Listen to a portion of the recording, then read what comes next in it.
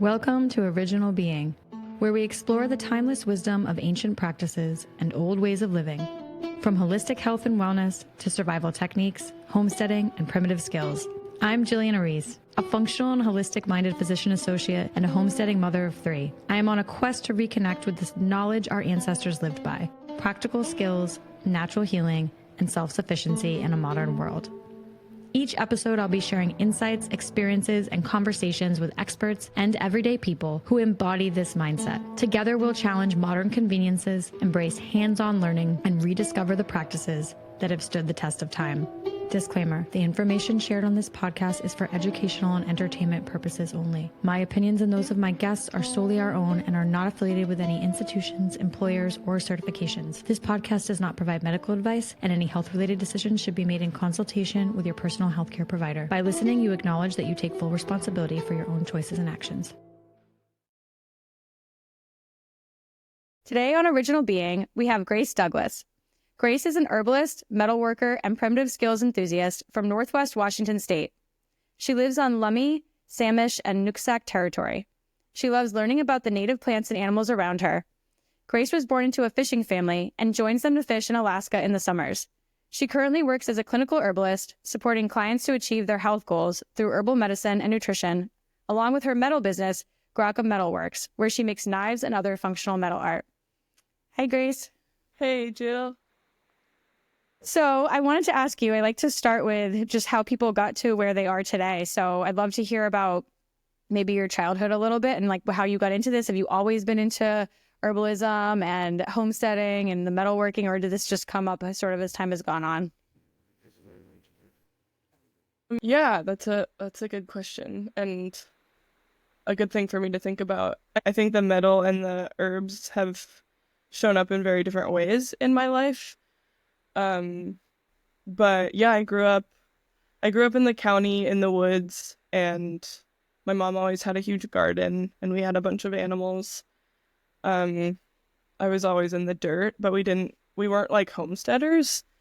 But I also, as you mentioned, I grew up in a fishing family.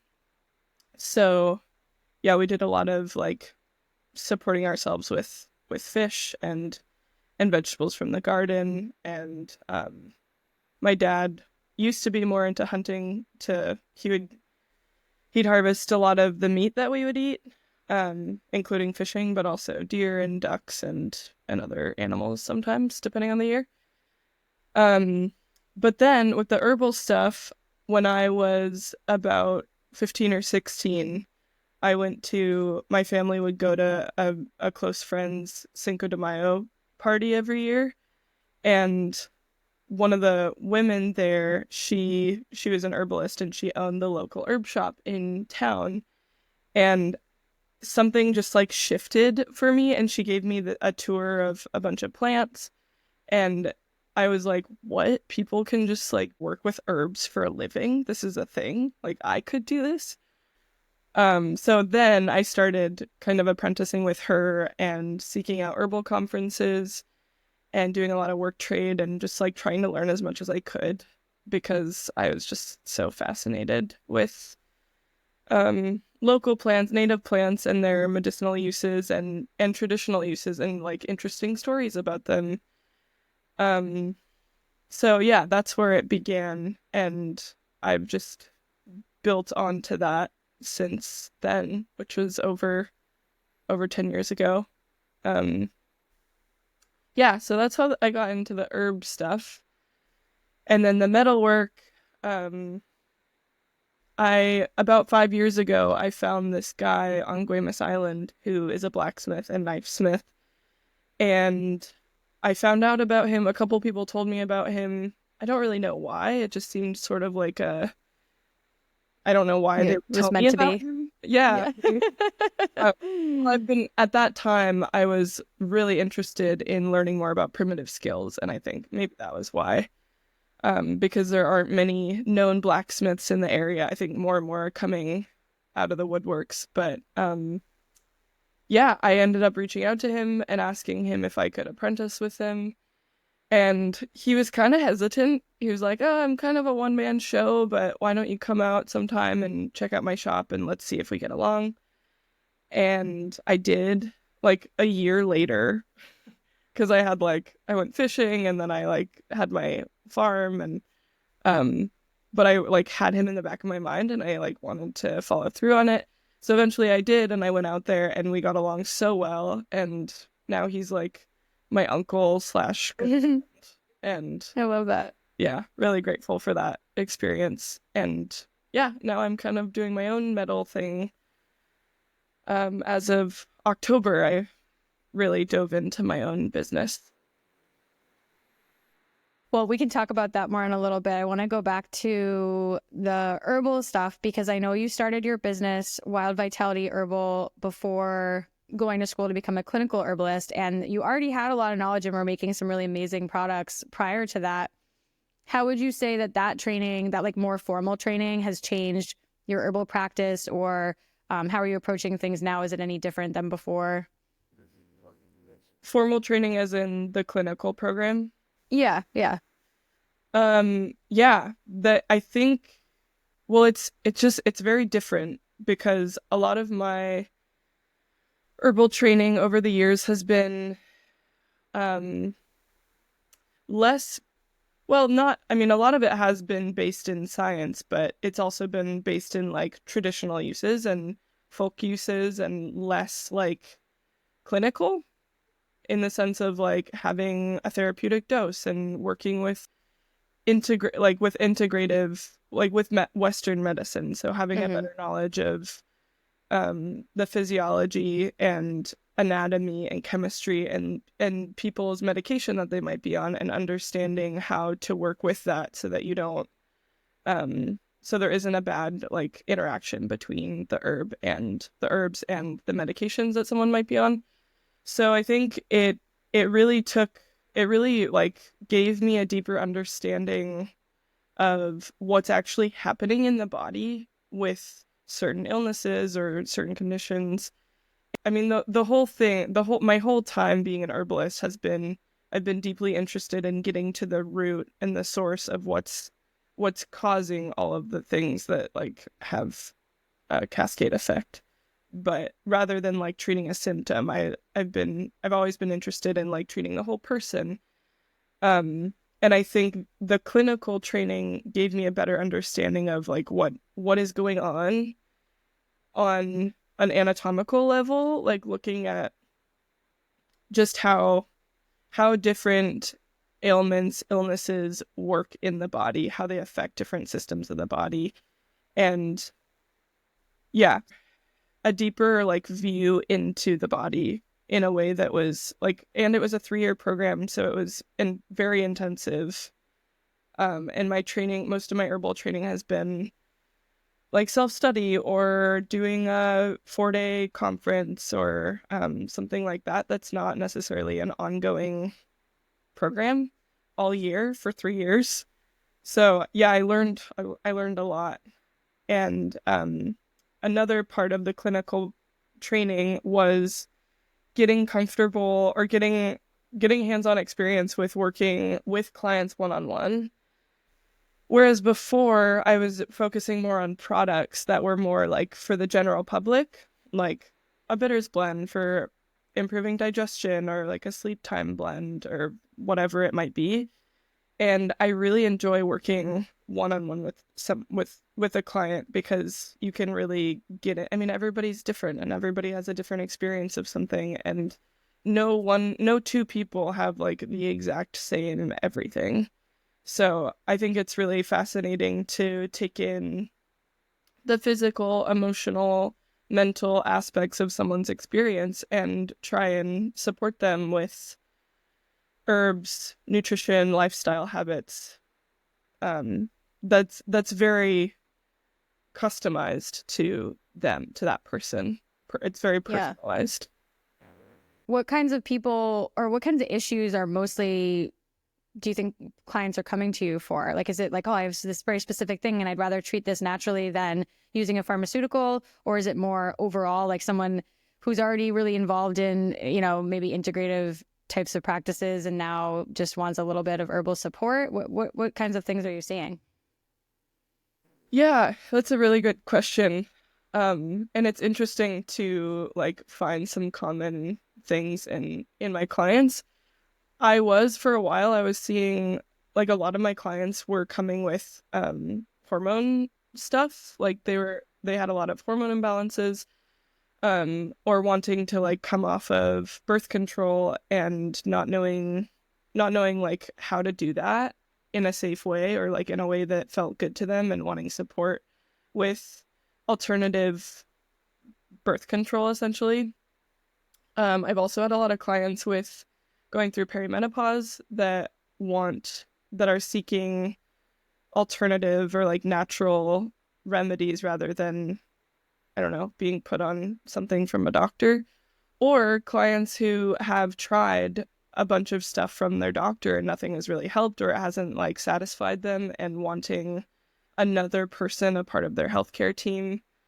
But I would say that a lot of my clients have not had much experience with herbs, which I think is really cool to be an educator in that way, and and usually, I mean, there's been a lot of positive experiences. I feel like it's been like people who have never tried herbs that try that, or are seeking support for nutrition.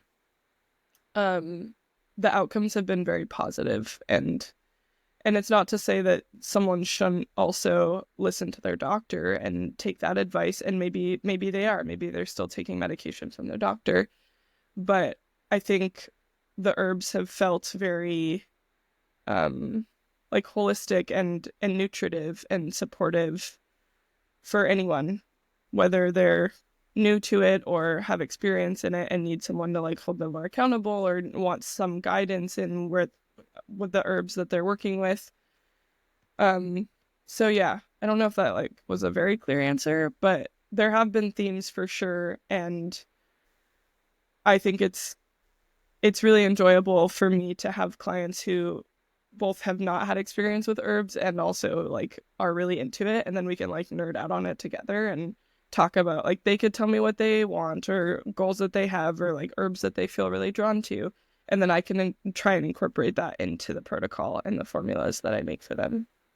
Yeah, you can't address health without addressing nutrition. So I wonder, has that been a barrier at all for you? If someone comes to you and they're almost wanting that Western medical model treatment of like, here's a tincture for this, here's this for this, and just like it's a quick fix, which we really don't see in herbalism because things are slower. And you have to have nutrition as the foundation too. So I know that you address that with your clients, but has there been any pushback on that? Like, oh, this isn't what I thought. I thought I was just going to come and get like, this thing for this symptom or something like that. Yeah. Not really. I mean, yeah, I guess like on some level, maybe there's some resistance just because it's like culturally, that's like what we're so used to. But I feel like I am very clear about that in the beginning, like in my intro when I have a new client in our initial consultation. I have like a spiel that I'm like, I go into that and want to make sure people understand how I can support them. And I'm not a doctor. I'm not gonna just like cure your symptoms with certain things. That's not my goal. I mean, obviously we want to relieve symptoms, but the goal isn't just to treat the symptoms. The goal is to the underlying cause of the symptoms. So yeah, I don't know. I don't think so. I haven't really felt that. I also have had people, and maybe this is where it kind of like weeds out those people, but I offer a free 15-minute discovery call with people, and I feel like I really go into that during that conversation, and a couple people haven't set up an initial consultation before, so it's possible that they like wanted more. But yeah, I haven't gotten a ton of pushback, but it's also like, it's a conversation that we can have. I don't really support diets or like elimination of anything when it's not really necessary. Mm-hmm. And I think that I'm really able to like have these conversations with people. If there's some hesitation that I can sense, or they're uncomfortable with something or whatever, we can hopefully talk about it. And I'm here as someone who is supporting you in your health journey, and it's all about the client. I'm not in control of your health, and if I will match someone with where they're at and what they're comfortable with. That makes sense. Yeah. I've often wondered too, do you ever see people for more acute things? Like in that same kind of vein, obviously I'm coming from, this allopathic medical model, but I think, what if someone, has an acute sickness, like they have a virus, like they've got the flu, and they want to come to you saying like, just right now, just for this, what can I do? Is that something that's offered too, or is it usually more like chronic things? No, for sure, acute stuff. Absolutely. It's come up with clients where we'll be working together, and usually, ideally, working with an herbalist, it is, like you said, a slow thing. So you're maybe working with them for like 6 months to a year to forever. Not forever. The goal isn't to need an herbalist forever, but it's a longer relationship. And throughout that, acute things do come up. Like, someone might have the flu, or we have smoke season here, and there can be a lot of respiratory issues that come up. And I've had people with like some panic attack stuff, like acute anxiety, and I'm like, of course, yeah, acute conditions are definitely something that I am able to support in however I can. I mean, I can't say that it always like works, but I'll try. But usually that comes up in like a long-standing relationship. I think if someone reached out to me randomly and asked for support with something, I would still say like, yeah, of course. How can I help you? But that's less common. Yeah. Yeah. And just for people who don't know, because I know certain schools and certain places, there's actual apothecaries you can sort of write almost like an herbal prescription. Is that something you're still doing or that you have access to, or how is that working now? Yeah, I have my own apothecary. So it's a little less involved. So you have your own apothecary that if you were telling someone, I would like you to try X, Y, and Z, you're able to formulate that and send that to them or give that to them if they're in person? Yeah, so what I do is after an initial consultation or follow-up, I write the protocol for them that includes their formulas, any nutritional recommendations, any diet or lifestyle recommendations, and anything else that like, I told you I was going to send you this. Here's a good link for blah, blah, blah, whatever. And I send it to the client for them to approve the formulas that I came up with. And once they approve those formulas, I'll fill them in my apothecary. Or then that's where I would, like, if I didn't have something and I didn't want to carry it in my apothecary for whatever reason, I would then send it off to a different herb shop and get it filled from someone else. And then they'd ship it to the client. That's really cool. I didn't know that you had that much, that you were growing that much and making that much for this now. That's amazing. Yeah, well, I do grow a lot, but I don't grow everything. I get, there's a bulk wholesale tincture company that's only for practitioners. So I get a lot of tinctures from them, like for herbs that don't grow well around here, which is kind of a lot. Like a lot of Ayurvedic and Chinese herbs don't grow well around Northwest Washington State. So I do outsource a bit, but it's pretty high quality and I feel really good about that. That's really cool. So what are you growing these days? Ooh, it's early spring. I'm excited for things to start popping up. I'm growing a lot. Should I list it all? Yeah, I want to know everything. But I don't know if I'll get to everything. Yeah, well, you can remember. Yeah, what I can remember, I'll try and like go down the rows as I remember them. I'm growing bee balm, a lot of raspberry, for raspberry leaf. I have a few elderberry trees, skullcap, pennyroyal, motherwort, mugwort, anise hyssop, regular hyssop, lemon balm, a bunch of different mints, chamomile, calendula, Oh gosh, echinacea and yarrow. Blue vervain. What are some others? You know some others. Kind of like I know I have most of those in my garden too, but not at the level that you are growing. well, I've really scaled back over the past couple of years just to focus more on like smaller quantities of medicine and to have more of an educational garden. So it's less farm like in the like efficiency sense of the word and more large garden educational zone. Is this still on the island or this is on the mainland now? No, this is on the mainland, in Everson. Yeah. Nice.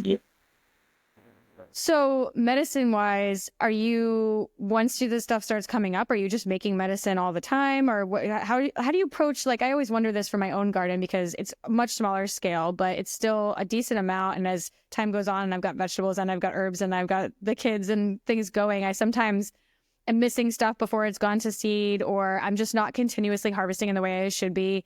Do you have like a method for like, I'm going to dry this, I'm going to do this? Is there any kind of like method to that? Or are you just sort of like going through the motions as it's all coming up?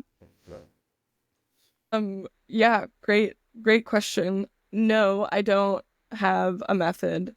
I think over the past couple of years, I've tried to, and especially launching my metal business and getting more into metal art and blacksmith stuff. And with working one-on-one with clients, because I've really scaled back with making products. I don't really make products anymore for like the general public. And my goal is to work more one-on-one with clients and teach classes and then do my metal stuff. So I think I'm someone who like gets really stressed out when like during growing season, and I think I used to be like, I need to get every herb when it's ready and prepare it. And it's become way too much. And I'm trying to be more, just like not need to be that person. And if I miss it, if I miss the season for whatever it might be, or like I let it go too far, then and I'm out of that herb, then I feel totally fine just like buying that from another small farmer or whatever. And there are a lot around here. So no, I don't have a method. It's more like when I have energy and time, can I get to it, and in a way that I can enjoy, and not like I don't want it to be, summer's like already so busy and crazy and chaotic, and I want to be able to enjoy it. I want to be able to enjoy the harvest and the process of making medicine. And when it's an obligation to like get to all of them, it's not as fun. So I do it. And also I don't need to make new like tincture every year, because sometimes I'll have some from last year. Yeah, a huge amount. And drying an herb is way easier. Like I could just put it in the dehydrator, hang it up to dry, and then deal with it when the season slows down a little bit. So, so I guess, yeah, maybe there is a method, but it's more like muscle memory, intuitive. Like I'll harvest you now, but I'll deal with you later. Like I'll like process, I'll like hang it up to dry, and then I'll process it when I have time. Which is pretty common for me. I'll like hang it up, and then the drying ring is just like a jungle of hanging herbs. And then I'll like get to it later. Yeah. I'm finding that like I'm going to tailor my garden more and more to what we're really using. Like Mike loves anise hyssop and loves it just like in tea. And now we've already, like probably a month ago, went through what we had, and I grew a lot. We just weren't harvesting. I didn't dry that much of it. Yeah. And then this year he's like, we need to grow more of that. We need to harvest more. We need to dry more. I'm like, yeah, I mean, we used it and you love it, and let's do more. So I need to just like keep making note. And like you said too, last year I had a lot of leftover tinctures of especially like lemon balm and and some stuff from the year before. And I didn't make anything last year. I didn't even really harvest much of those, but now they're all gone. So we'll have to do that again this year. So I think you're right. Like it is kind of cyclical from your needs, and for you, I'm sure you're bringing your clients' needs into it too. So it's not just yours, but what you find is being utilized the most. Right. Yeah. Yeah. Are you doing vegetables too? Yes. Well, yeah, I did last year. I think I'll maybe do a little bit less. I started leasing this land and it felt just so exciting, and I had a big chunk of greenhouse space, so I just went crazy. And I thought I would have like a couple people were like, "Yeah, I want to do that with you." And it kind of like we all had our own things going on, so it ended up being like I just had a lot more on my plate than I could really handle. And I go fishing in Alaska in the summertime. I did a bunch of weeding before I left, but when I got back, it was just like it was overgrown. Just to keep up with. So, but yeah, I grew like probably 40 feet of tomatoes, which was too much. But did you can them? I canned a bunch of them. I gave a bunch of them away to people. And it was so fun. Like being tomato rich is like such heirloom, like beautiful heirloom tomatoes was just like bring like crates of them to people, and that's awesome thing to give away. Yeah. It's a lot of That's the funny thing with just like talking about like altering what you grow each year. The year before this past season, I didn't grow any zucchini. I just was like, whatever. I don't know if I just, for whatever reason, I didn't do it. Yeah. So then this year I was like, I'm just going to put zucchini like everywhere. I really missed having zucchini last year. So I just kind of kept like putting it in like random spots. I try to like interplant a lot of things. And we had so much. Like, I know that it's a joke. Like, everyone knows you get a lot of zucchini, but like massive ones, like tons of them. We did like every possible thing you could do with zucchini. Awesome. Did you dry it for the winter? Yeah, I did. I dehydrated and made like a zucchini flour, which it's not amazing tasting, but I did try that out, which was cool. And then I froze a bunch, which has been great. I mean, even I put it in smoothies now, like just frozen to like thicken up smoothies, which is nice. So we did a lot of different stuff with it. Nice. That's great.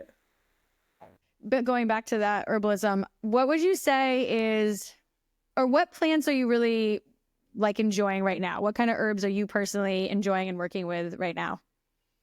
Well, it is still winter, so everything is dried that I'm working with mostly. We have some native evergreen shrubs like salal and evergreen huckleberry, and they make really great tea. It's pretty astringent, but I really like that right now as I'm like preparing. And it's one of the few, well, I guess there's a lot of things you can make tea out of right now, but it's not necessarily like good or safe in large quantities. But yeah, I've been enjoying salal and evergreen huckleberry for teas, fresh tea, and just like trying to get myself ready for eating only wild foods.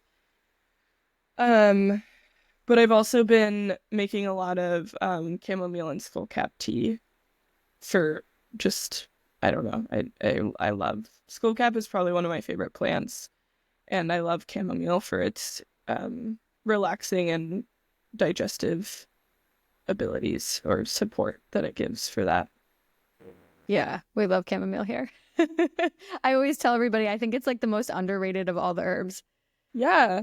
Because it's so common that people kind of overlook it. Like, it's not fancy and everyone's heard of it and it's been around forever, but it's so safe and it has so many uses, and it's so underrated. And especially good quality, because I think a lot of people think of chamomile and they think of like, a little cheap tea bag. So like good quality like chamomile is amazing. Yeah. Yeah. It's so good. And sometimes I rarely put honey in my tea, but sometimes when I'm feeling a little like I need something sweet, I'll put some honey in my chamomile tea, and it's so good. Do you keep bees? I can't remember. Are you trying to keep bees? But when I grew up with, we had well, I shouldn't say we had mason bees because they're wild bees, but we made little like houses for the mason bees. I could be wrong about this, but I think it's the only or one of the only native bees around here, and they don't produce honey, but they're really incredible pollinators, and they're one of the first. I think they are the first bee to come out like early spring. Okay. And I just got a little house and some little cocoons. Oh. I'm gonna have some bees, some mason bees. That's awesome. Yeah. but no honey. I love that. Yeah. Yeah. Um, Besides chamomile, are there any other herbs that you think are really underrated that maybe more people could benefit from taking on a regular basis or incorporating into their lives? Yeah. Well, I would say skullcap, especially given the state of the world right now and how Yeah, we need nervines. I think, and just like how easy it is to, I mean, I guess not everyone like looks at the news all the time, but I feel like it can just really like up regulate our nervous systems to be like hyperactive all the time. And I think skullcap is one of my best herb friends for that because it just really brings you down. And I had my first panic attack a couple years ago, and skullcap was the thing that like brought me down. So, and it's also really safe. It's in the mint family. It's not aromatic like what we think of mints to be, but I think it's pretty tasty. It's like earthy and a little minerally and slightly bitter, but not too bitter. I would say chamomile can get way more bitter than skullcap. Yeah, or blue vervain. It's really bitter. Yeah, not nearly as bitter as that. Yeah, I think skullcap is a good one, and it's not as easy to come by as chamomile, but you'd find it in any herb shop, and you could order it from Mountain Rose, I'm sure, or a local farmer. Yeah. Also milky oats. That's I mean, yeah, that's another underrated plant that a lot of people don't know about because, well, a lot of people who work with herbs know.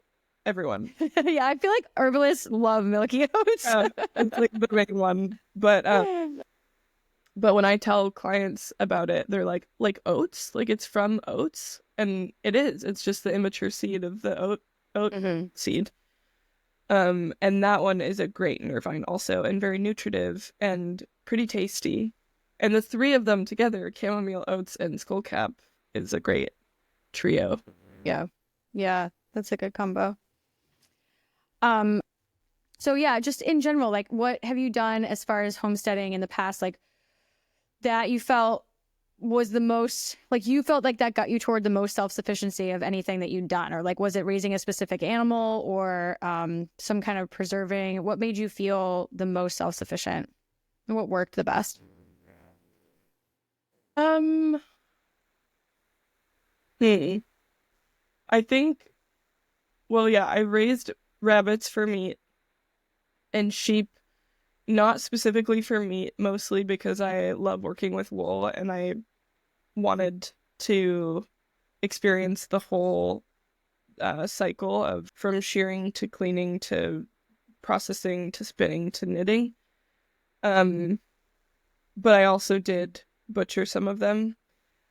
I think the most, if I'm answering the question about like the most self-sufficient, I think rabbits would be that for me. I mean, or chickens, I guess, but meat rabbits are rabbits are like one of the most sustainable animals to raise for meat because they don't contribute as much to greenhouse gases or methane production as cows do. Not sure about chickens, but I haven't really gotten much into raising chickens, but yeah, and they take like 5 to 7. I mean, I guess you could harvest them at 12 weeks, but they're pretty quick to mature. 7 weeks, sorry, 5 to 7, or maybe it was 7 to 12. I think we harvested them at 9 weeks. But yeah, they produce, I don't know, it feels kind of weird to like talk about them in such a production way, but we had a lot of fun with them. They were so cute, and I had 2 females that were my like breeding stock, and then 1 male. They were New Zealand. The females were full New Zealand, and the male was New Zealand and something else that I'm forgetting. This was a few years ago, or a couple years ago.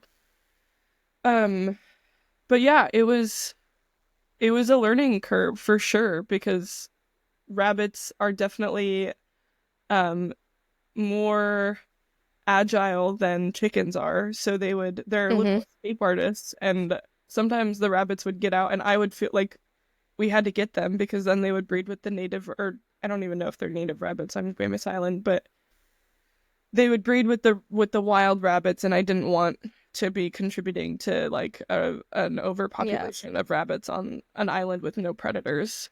I think there's coyotes there now, but anyway, yeah, it was an interesting experience, and it fed us for a really long time. Like we had rabbits in the freezer for like a year. So, and I would were you colony raising them? Is that how they were escaping? Were they? Yeah, they were all together. And so, yeah, we kept the parents out, the dad and the moms out. So all the babies were together. Like, were they in like cages, or did you have them in like a fenced in area? No, they were in a fenced in area. Yeah. And they would. That's what I wondered, because I wanted to colony raise. Like, I don't like how they just keep them in these little cages all the time, which is what most people do. Yeah. Which, of course, in the winter, we would probably have to do that. But what kind of fencing do you use to keep them in?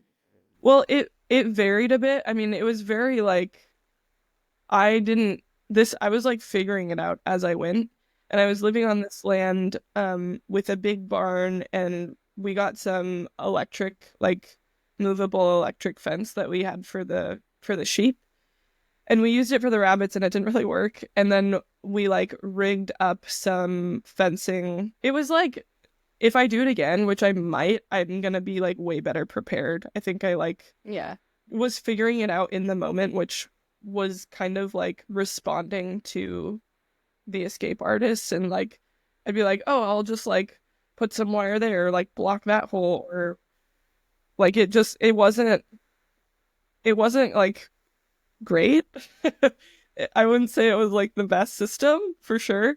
I think those movable tractors are a good, like, where they're in a big caged in area. At one point we had a big cage, or like, I don't think it had a top. It was just like a big cage, and we would just like move it around to fresh grass whenever they would like eat the clover and the grass down. We just move it around all over the pasture. And then we also... And they couldn't dig up. Can they dig under? Sometimes they would dig under. Yeah. It didn't happen like very often, but it did happen. And then at one point I put them in a stall, like in one of the barn stalls, to just like, we did it through the winter time. So there was a time where like there weren't fresh greens outside for them to eat. So that's when I put them in a stall in the barn, and I like barricaded it, because like, you know how you can like go under, the stall door didn't go to the ground. And I would like go get wherever I could find any kind of greenery in the winter, I would grab that and throw it in for them. Or I would supplement their diet with alfalfa pellets. And for a time they were all in the stall together, and I would just give them food in the stall. But then when the grass came, also that was like not the best time to raise rabbits, was like starting in the winter. And I don't think this is the case I was just because it was my first time, I was a little bit nervous that the babies would get really cold. So sometimes we would like bring them inside. It was chaos. It was amazing. It was so fun. And I would do it again. It felt like... You would? I thought you had said that it wasn't good killing them, and then you weren't sure you wanted to raise rabbits because it was so sad because they were so cute. Was that true, or did I make that up? No, definitely. That was true. Yeah, I do feel that way. It was hard. I mean, it's hard to take a life. It's really sad. And it also felt, not that it ever gets easier, but I think this was a time where I wanted to be more self-sufficient. And if I was going to eat meat, I wanted to be able to raise my own meat and kill my own meat. And I still feel that way. And I've gotten more into hunting a little bit. Not that I've like killed I've put in for a deer tag the past 2 years and haven't gotten a deer, but I think I'm more interested in wild animals than like raising them, I guess, and then killing them, because, well, not only for this reason, but it's really hard to like establish a relationship, especially the sheep. This was really hard with the sheep because we had names for them and they all had different personalities and they were kind of like dogs, and that I don't know if I'll do that again, butcher my own sheep, but I want to have sheep again. But I think I'm more interested in wool and milk production, or maybe goats for milk production. But yeah, killing the sheep was really hard. I think the rabbits was it was easier than the sheep because you can't really tell them apart, and while it's still taking a life, it's less. It feels like a little less hard than killing a sheep, or like. Yeah, they don't have as much identity. Yeah. Yeah, they're just, I mean, I just like don't know who is who. But it was really sad, and it felt like really important for me to do it, to like be a part of that process of harvesting my own meat, because I do eat meat, and while I do support like ethically raised like small farm meat, I think that like, and I don't think that everyone like needs to do this in order to eat meat, but I personally, it's a value for me to like be able to kill an animal if I'm going to eat an animal. So yeah, and another thing with the rabbits was I think there was a little bit of not pride, but I like wanted to figure it all out on my own. And I didn't have, like, it was just me. I didn't have anyone like, this is what we're doing. I really want to raise rabbits for meat. Like, this was all my doing. And so I had to figure out how to kill a rabbit. And the first rabbit I killed was horrible. Like, I felt like I mean, I was like, I prepared. I wanted it to be as quick and painless as possible. And I think it just, it wasn't. Like, I mean, it was still quick, and I hope it was painless, but it was a learning experience for me, and it was the first rabbit I had ever killed. After that, I ended up, there was another person on the island who raised rabbits for meat for her family, and I called her up and was like, hey, I would love some guidance on this, because this is something that I'm doing, and I feel like I'm not doing it in the best way, and I'm wondering how you do it, and what you found to be most efficient and like quick and painless. And she came over and showed me, and it was really cool to get her guidance on that. And then she like helped me do it. And I think the moral of that story is like, ask for help when you need from experienced people. Yeah. I'm really glad I reached out to her, because it was pretty traumatic. I mean, for the rabbit, probably more than me, but it was traumatic for her. Well, I'll be reaching out to you if we raise them. I wanted to for a long time, but I feel the same way. I'm like, I mean, I am trying to raise our own meat for our family, but rabbits are so hard because of that cute factor. I think there's something about them they're just fuzzy things. Maybe we just associate more with pets. There's something that makes it a little bit harder. And you have rabbits, don't you? Like, you have pet rabbits. We have 2 right now that are pets. Yeah, they were supposed to be more fiber rabbits, although I haven't done much with their fiber, to be honest. And then I thought maybe I wanted to raise fiber rabbits, and now I realize that I don't, and I'd rather just raise a meat rabbit or meat rabbits if that's what we're gonna do. But yeah, I have to make sure I can handle it. Yeah. Yeah, well, maybe you could reach out to someone else in your area that does that, and they could help you with the first couple. Because I do think it's, as far as like sustainability and like yield, I was really surprised by how much meat we got out of these rabbits, and their poop is like, you can just put it in your garden. It doesn't even have to like decompose for a year. Like, you can. I know, I love that. It's like gold. So I love that so much. Yeah. And how many did you process that lasted you a year? I think we had like, well, I gave a lot away because I was like, I can't eat the rabbits. I think we had like 27. But that's still not that many for like giving away and lasting you a whole year. That's great. Yeah. It was great.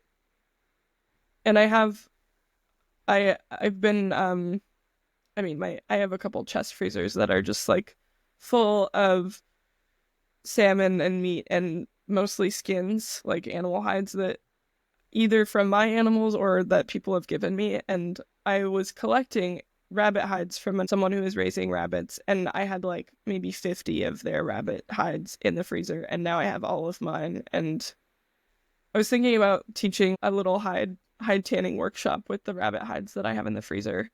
But I was gonna ask you that. Yeah. If you had tanned them. Oh yeah, I have. I actually have. Oh, I think it's downstairs, but I have one that I recently did with madrona leaf. Ooh. You don't I don't even know about that. Do you? I don't think so. I've never heard of it. It's a beautiful tree that lives on the coast. That's cool. Yeah, you could make a whole blanket. Yeah. With the rabbit skins. That would be amazing. It would be amazing. Yeah. Yeah, that's really cool. Well, so let's talk about the Wild Biome Project. So for those of you that don't know, the Wild Biome Project is a project where you only eat local wild food for, is it 3 months, Grace? 3 months. So tell me how you got into this project. I'm so excited about this. I want to do it someday. I want to hear everything. How did you find out about it, and how did you get into it to be a participant in it? Yeah. Well, I guess it's actually, you can do it for 1 month, 2 months, or 3 months. And I'm doing it for 2.5 is my plan, because it's April. It starts in April, May, and goes through June. But I'm going to Alaska to go fishing mid-June. And I think that's just too much. Like I could just eat salmon, but that's the goal. I think I'm going to do it just 2.5 months because of that. And I learned about it because Monica, or Mo Wild is her name, the person that's organizing it or like started it. I studied with her, or apprenticed with her, maybe like, I don't know, 7, 8, 9 years ago, something like that, in Scotland. She's an herbalist and mycologist, and I stayed with her and learned under her and helped her teach some, or I didn't teach. I like was her assistant for teaching mushroom classes and wild food classes, and helped her build. She was working on a cordwood house, which was so fun. I like learned a little bit about natural building. Anyway, so that's how I learned about this project, because she, over the years, has gone deeper into, or I guess been more like, gone deeper into like teaching and sharing her skills and what she's found over the years, and wrote a book recently. And she did the Wild Biome Project 3 years ago, I think. It was her and maybe a couple other people, or maybe it was just her. For a whole year, they did it. And it's just wild foods, nothing cultivated, like nothing that you grow in the garden. Only wild foods, and like wild, like also meat, so like fish and wild game, seaweeds, that sort of thing. Yeah, she did it for a whole year to see how it would affect her body. So she would track, I think she did this for the first year. She took blood tests and stool samples throughout the project to see like what was changing in her body. And she ended up finding like new gut bacteria that had never showed up in her body before. I don't know all of her findings off the top of my head, but she shared this, and I think she has it shared publicly, so that could be, you could find more about like what she's found in her project in this study. But yeah, a lot of health benefits came from this project and eating only wild foods from her local environment. And it was also to see, part of it was to see if she could go a year without buying food, like without spending money, which, yeah, I think that element is really interesting, especially as the world gets scarier and scarier, just being like totally self-sufficient and knowing how to survive if you don't have the resources or yeah, like money or ability to buy food or grow food. So that was part of the interest for me, and I love a challenge, and feel pretty connected to the wild plants around me, and I think I'm excited to see how it goes. So this is the first year that she's opened it to the public. Last year she did a smaller group of like 20 something people of her peers, and they all did it together. And then this year they opened it to the public, where they like opened applications, and only most of the participants are in the UK, and there are 3 of us from the US. Someone from, I think, Colorado, and someone from Hawaii, and then me. Yeah, so that's how I heard about it, and that's the project. And we're all expected to take blood tests and stool samples before, during, and after the project to see it's kind of like a clinical trial, or it's a clinical study in a way, but it's not, because it's not controlled, because we all have different native or like local plants around us. It can't be controlled. It's more just like, I don't know, it's like an uncontrolled study, but there are like guidelines. Like, we can't even buy salt or oil or anything. If we use salt, we have to harvest it from the sea. Or I guess if you live in a place that has salt elsewhere, you could do that, figure that out. I think that's amazing. I'm so excited to see. Well, what are you preparing? Have you already gotten food from this whole, like, did you know last year and you've been preparing this whole year, like saving stuff and preserving stuff? Yeah, I think I found out in like maybe end of August that I was accepted into it. Or I don't remember. Sometime in like late summer, where I felt like I still had a bit of time to prepare, but if I had like the whole summer, maybe I would have saved more food. But another thing that Monica has said, or Mo has said, is that a lot of like traditionally, a lot of the food stores that people would save from the wintertime would run out by spring. So you like kind of do start fresh in the spring. So while I do have food stored, and I'll share more about that, I feel like I want that challenge of being, I don't think I have enough food to last me 3 months. There will definitely be a lot of supplementing from food in the spring. Like, I definitely don't. What I have is I have a bunch of acorns that I'm currently leaching right now to get the tannins out, and then I'll make that into flour, and so that will be a good source of like protein, and that will be my main staple food. And I have some frozen wild meat, like fish and some venison and duck. I have I made a bunch of rose hip leather. Like, I made it into a sauce, and some rose hip sauce for like, kind of like, it's like a tomato sauce. It's really delicious. But I have a lot of like dried like fruit leather from mostly from elderberries and rose hips, and I harvested a bunch of wild blueberries last fall, alpine blueberries, and some huckleberries. I plan on harvesting some seaweed and more fish, which will probably be a big part of my diet. And then by April, we'll start seeing nettles and dandelion and plantain, and those will be like the main greens probably, and also like yellow dock when it's small is really good and tender. Maybe alder. I don't know. I'll just see what comes. I mean, every year it's like a little bit different, so I'll just be supplementing with whatever is coming up. But we have a lot of edible greens around here, so there will be a lot of bitter greens that I will be eating. And I am addicted to coffee, so that I think that will be the hardest one, but I plan on having a lot of roasted dandelion root to substitute my coffee addiction. Do you guys have chicory there? Not really. Not like the East Coast. I mean, yeah, we do. We do, but it's less common than dandelion, so I'll probably be eating more dandelion root. But burdock, we have a lot of burdock, so that's another starchy root that I can. It's everywhere.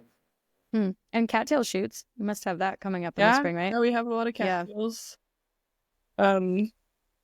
Yeah. I can't wait. I'm so excited. Are you going to be documenting this on Instagram, like every day, or what you're eating mostly? Oh man, I don't know about every day. Every day, not every day. Post every day or be on it every day, but maybe, I don't know. We'll see. I might get so it might be like a way to keep me going by like documenting it, and I don't know. There's definitely a creative element to this of like, well, yeah, Monica, some of the recipes, the wild food recipes they've come up with is incredible. And my goal to make it like interesting and more like tasty is to not just like steam or roast burdock and like add dandelion greens and what, like I want it to be interesting and appetizing and appealing. So yeah, if I'm like excited about something, I'm sure I'll share it.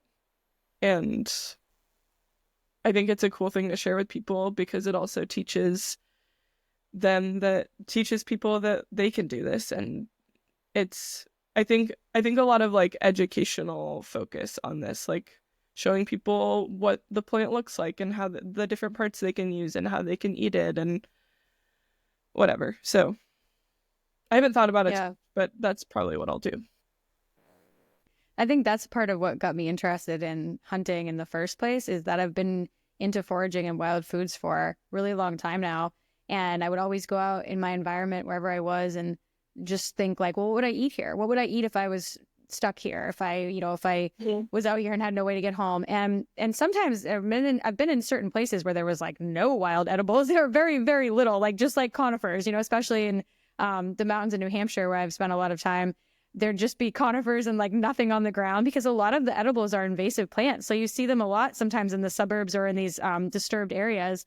And if you're not hunting and fishing, there's such limited food. I realized like you just have to hunt and fish to survive. And I'm just really interested in survival and living off the land in that way. And those are just essential skills for eating and living.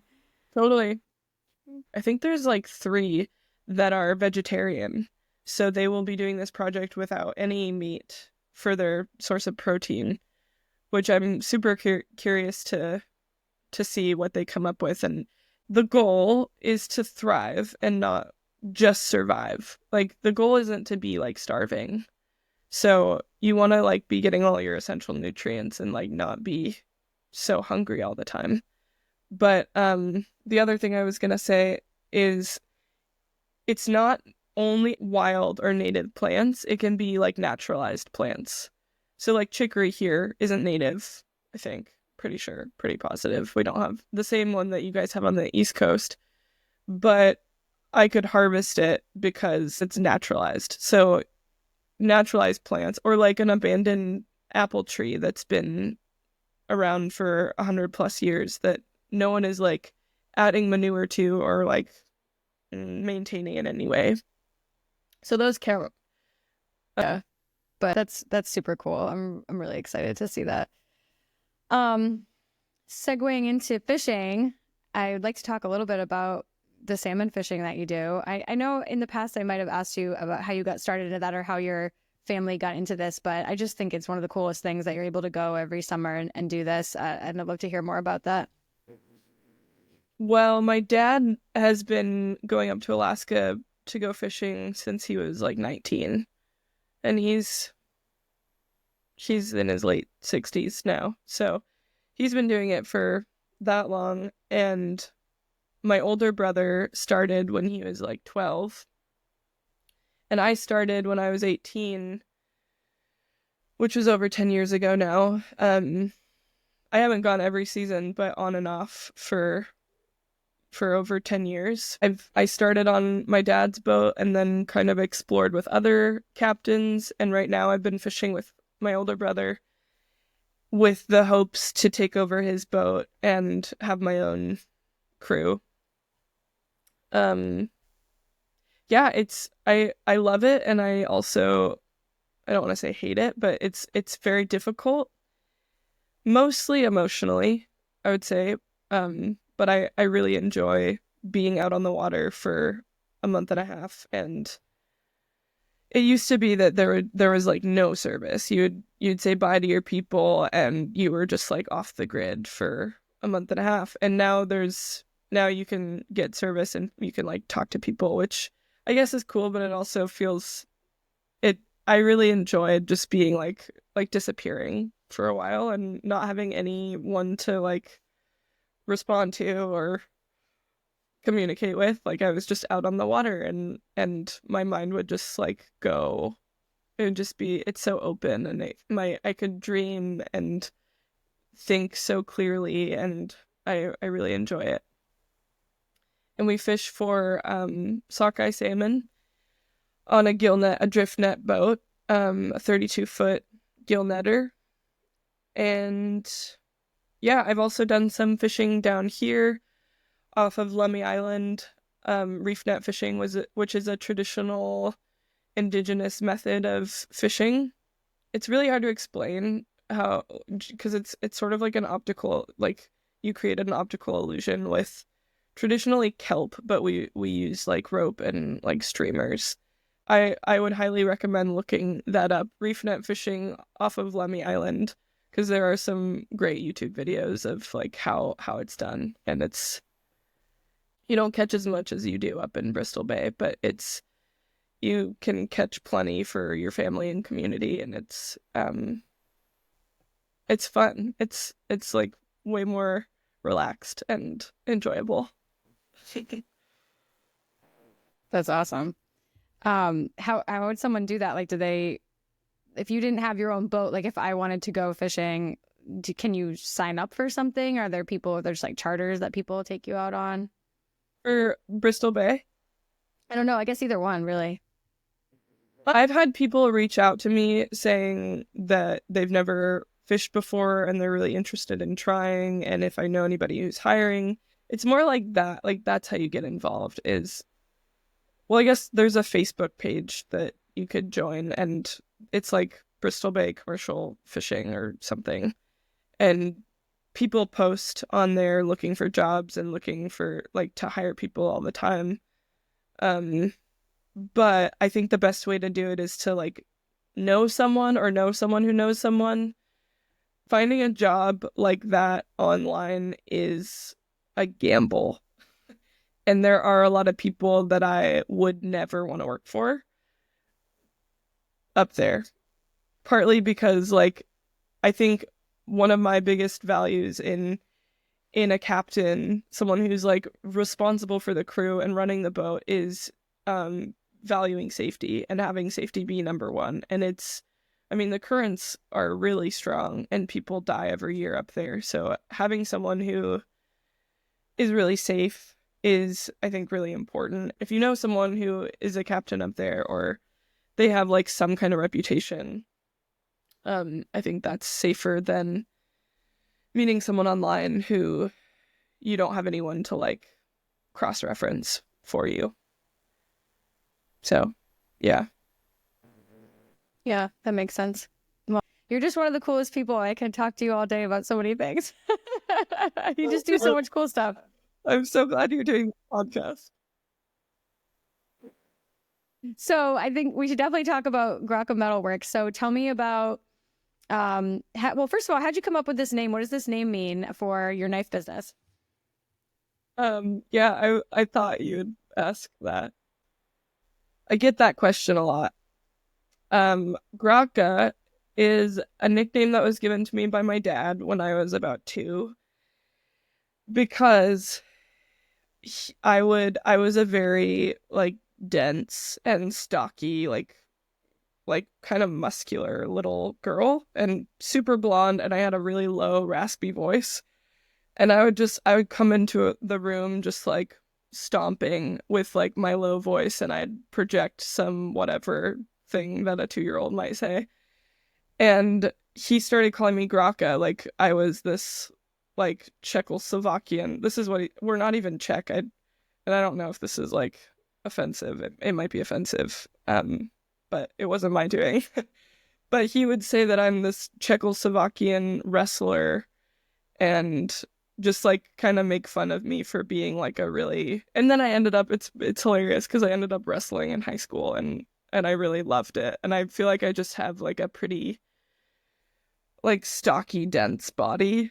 So it felt very, I think, fitting at the time, but I hated it for most of my life. And when I was about, I think maybe like 20, some friends started calling me Graca after like hearing the story from probably my dad.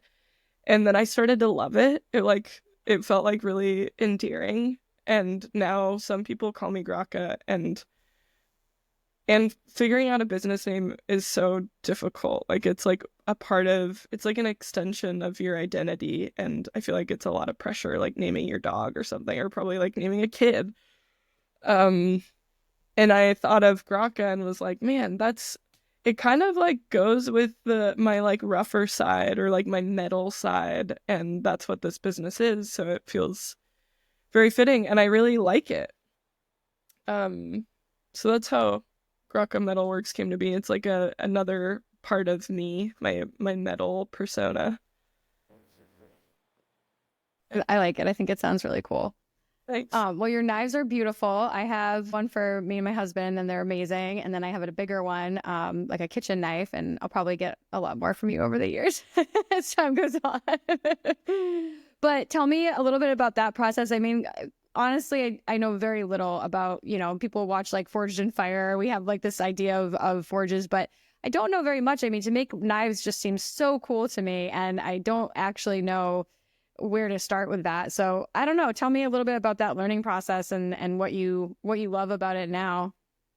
Yeah, I make other things other than just knives, like spatulas and forks and ladles and hooks and that sort of thing. But the knives are made with the stock removal method, which is a different way of working with metal. You're not like forging out a small piece of steel like you would be with, like I do with other things. So the stock removal method is when you take raw, like soft sheet steel, and you cut out your shape of whatever you want, whatever knife you're making. And then you do all the profiling. I have a big grinder that I do all the profiling with, and then put a bevel on it and drill all the rivet holes, stamp it with your maker's mark, and then you heat treat it with the forge, or some people have like a fancy like knife oven that's like a kiln that gets to really high temperatures. But I use my forge and then quench it and temper it with it's like another heating process that basically like solidifies the new chemistry of the metal, which creates, like, after you heat it in the forge and quench it, it's kind of like fragile, like not like glass, but it's very it's really hard and not necessarily strong. So then tempering it brings the hardness down and the strength up a little bit, so it creates like a perfect balance of a good hardness and good like durability and strength to the metal. And then after that, I do all the finish grinding and like buffing and all that, and then I put the handle material on. Usually wood. I use all upcycled hardwood that's salvaged from all over, and usually has a fun story to it. Like, I have some wood from that used to be part of the Coney Island Bridge, the old Coney Island Bridge in New York. And like old houses in Seattle that were built with hardwood, or old boats that have been taken apart or replaced. So yeah, that's the knife process. And then the other stuff is more just like hammering out. It's like, I mean, working with metal or forging is kind of like it's like sculpting with clay almost, but instead of using your fingers, you have these other tools that you, like your tongs and then your hammer to shape the hot metal. But it's amazing. It's like Play-Doh, but it's much harder to work with than Play-Doh. But once you get comfortable with the hammer being like an extension of your hand, you can like really make a lot of good work with it. Do you feel like you just had a knack for this? Like, I love it. And I think I've always been like, I'm a pretty artistic person. I enjoy making art of all different forms. And I think working with metal feels it's a skill that is ancient, and I love that. Like that's a big part of it for me, that feels it's an ancient craft that more and more people are doing now. Like I feel like it's becoming more popular, but it feels like a dying craft. I think for me, I really like working with steel and fire, and I think it's like a good balance for my personality that's very like watery, and I don't know. I like working with the like raw metal and fire, and it's like sculpting. I have a blacksmith mentor that he's really awesome, and he's teaching me a lot, and I'm there's so much to learn, like endless things to learn. And I've seen some blacksmith shops that are just like so tricked out and have beautiful equipment that like make it so much easier to do like different steps of the process. And my shop is pretty primitive. It's pretty crude. and I think it's a great place to start. Like I can get a lot done in it, but I don't have like a power hammer that I would say most blacksmith, or every blacksmith I know, has a power hammer, or at least access to one, and it makes your life so much easier. And I don't have that right now. But I'm really excited to build my skills and build my shop as I get deeper into it. yeah, it's amazing. I don't see a lot of women blacksmiths. I'd like to see more of that. Yeah. Yeah, I know. I would like to meet more. I know they're out there. I don't know any in my area. But I think I've been just over like social media mostly, I've found some other women, or just like cool blacksmiths that have something to teach, that like share videos. And that's a really neat thing, because I feel like with an art that isn't very common, it can be hard to find community in your place wherever you live. So having those connections, like my mentor is in Massachusetts, and we just like do Zoom calls, and so like he'll like set up the forge and video himself like making something, and then I'll try, which is like not ideal to do a blacksmith lesson over Zoom, but it makes it much more accessible to learn from different people. But How did you connect with that mentor? there's a program, it's Society of Inclusive Blacksmiths, and they are an incredible program. They do a lot of grants for I guess artists, like emerging artists or people who have experience. A lot of like people, or a lot of their grants focus on supporting artists who are a minority, like people of color, or queer people. It's really cool what they're doing. They're like really like their grants are so generous, and they have this program that's the mentor. It's like a mentor and mentee, and they basically pair you up with one of their a mentee with one of their mentors, based on like what skills you're looking to build, whether it's like building your business, or working on like wanting to make a hatchet, or wanting to make like get into knife smithing. So yeah, it's a really great program that I would recommend. checking out for any starting blacksmiths, because they also have a tool grant that I think they give, like, I don't know how much money they give, but it's like always going. So yeah, it's a great program. That's amazing. That sounds awesome. Yeah. So what's next for you in growing? So you have Wild Vitality Herbals, and you have Grac Metalworks. What's your next thing? What's your next endeavor? I mean, are you just growing one business over the other, working both of them? What are your goals coming forward? That's a good question. Thanks for asking that question. I think my goals are to build my clinical practice with the herb world. And in the herb world, I want to have more clients, or build my client load, and teach more classes. I'd love to teach more like free community classes on like probably mostly wild plants, just because I feel like that's maybe more important than ever, to have some understanding of what plants you can eat if you need to or want to. So I want to do more teaching and more one-on-one work with clients. And then for the metal work, well, I'm about to move like my whole operation. So I plan on building out a bigger shop, and I started selling my work at Pike Place Market, which is a big, a huge, like a really old, big farmers market, but they have a lot of crafters also in Seattle, downtown Seattle. I want to just keep learning different blacksmith skills, and maybe also teaching at some point with that, but that requires more equipment, like multiple anvils, and that's really expensive. So that's like the long-term goal, is to do some teaching.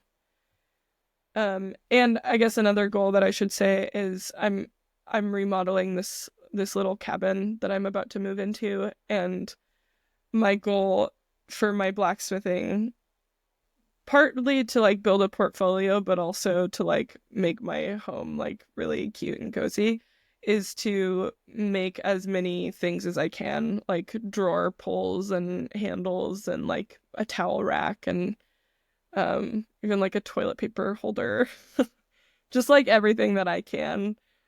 So I'm really excited about that. That feels like a big project. I love that. That's going to be amazing. So where can everyone find you, Grace? What are your different social medias or websites for your businesses? My website is, I just launched a new website and I'm still working on building it, but it's called Gracoworks. So www.gracoworks.com. And then I have, the only social media I have for my businesses is Instagram, but I have 2 different pages for Wild Vitality Herbal and Grac Metalworks. And Wild Vitality Herbal is where I'll be updating my process for the Wild Biome Project, and that's where I put like all my herb related stuff, like client work and classes that I'm teaching. And then the Grac Metalworks page is all of my metal stuff that I mostly right now I'm just posting about like what I'm making and when I'll be at Pike Place Market, and that's about it. Awesome. Well, thanks so much for coming on today. That was a really fun conversation. Thank you. All right. Talk soon. Fun. Bye. Bye. If you enjoyed this conversation, please take a moment to leave a review. In that review, I would love to hear what topics you'd like to see covered next and which guests you'd love to hear from in future episodes. You can connect with me on Instagram at Original Being Podcast, and be sure to follow, like, and share the podcast on all platforms to help spread the word. Thanks for listening.